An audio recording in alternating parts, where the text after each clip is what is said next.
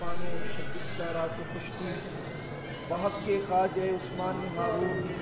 مدد کن یا معین الدین چشتی مدد کن یا معین الدین چشتی مدد کن یا معین الدین چشتی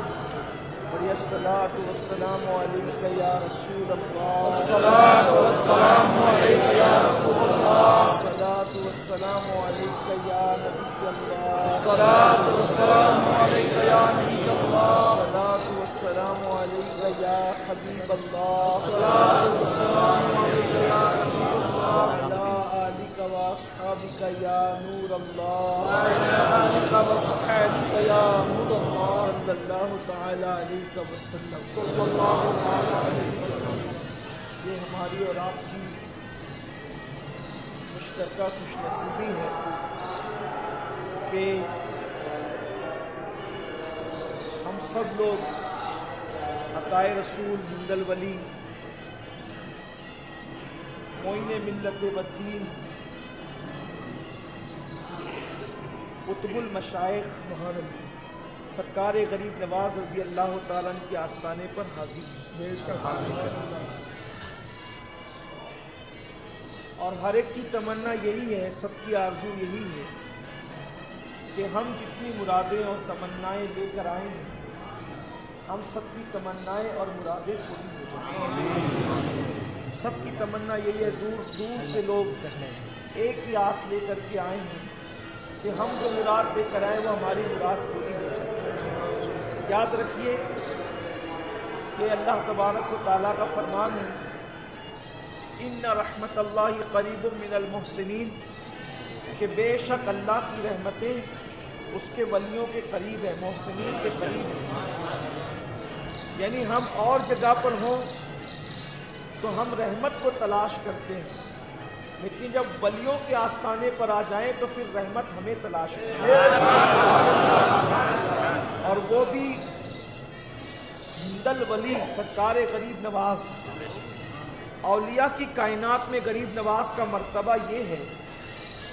آپ ہم اس بات کا اندازہ لگا سکتے ہیں کہ اللہ کے رسول صلی اللہ علیہ وآلہ وسلم اگر کسی کو اپنا غلام کہہ کر پکار دے تو دنیا میں پھر اس کے برابر کون؟ جس کو حضور غلام کہہ کر پکارے، جس کو حضور غلام کہہ کر پکارے اس کے برابر کون؟ لیکن سرکار غریب نواز وہ ذات ہے جس کو قطب المشائخ اللہ کے رسول نے فرمایا، اور صرف قطب المشائخ نہیں فرمایا بلکہ قطب المشائخ بحر و بر فرمایا، یعنی جتنے مشائخ اور شیوخ ہیں خشکی اور تری کے اندر۔ بحر و بر کا مطلب ہوتا ہے خشکی اور تری میں، تو خشکی میں تو یعنی زمین پر جو مشائخ ہیں،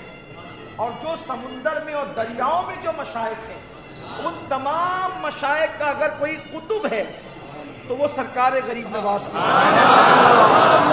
یہ بات اللہ کے رسول نے فرمائی ہے، اور یہ بھی بیان سرکار غریب نواز نے فرمایا۔ سرکار غریب نواز حضرت قطب الدین بختیار کاکی سے فرماتے ہیں کہ بابا قطب، جب میں اپنے پیر و مرشد خواجہ عثمان ہارونی کے ساتھ مدینہ منورہ گیا تو میرے مرشد نے کہا معین الدین اپنے جد کریم کو سلام پیش کرو، تو میں نے آقا علیہ السلام کے اس آستانے پر کھڑے ہو کے عرض کیا السلام علیک یا جدی، اے میرے نانا جان آپ کو سلام ہو۔ تو قبر انور سے آواز آئی وعلیکم السلام یا قطب المشائخ بحر و بر، اے خشکی اور تری کے شیوخ کے قطب تم پر بھی سلام ہو۔ جس کو اللہ کے رسول قطب المشائخ کہیں، جس کو ہم لوگ قطب کہیں اس کا مرتبہ بھی بہت بڑا ہے، لیکن جس کو رسول اللہ قطب المشائخ کہیں تو یہاں آنے کے بعد انشاءاللہ مرادیں پوری ہونی ہے۔ لیکن ایک بات عرض کر کے، چونکہ یہ درس ہے اور مختصر وقت یہاں ہمارے پاس ہے تو میں اپنی گفتگو مکمل کروں گا۔ اگر مراد پوری ہم کروانا چاہتے تو کیا کریں؟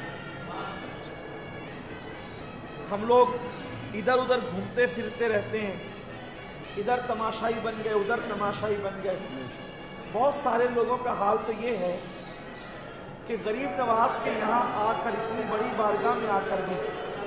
ان سے گناہ نہیں چھوٹتا، وہ یہاں بھی گناہوں میں مبتلا رہتے ہیں۔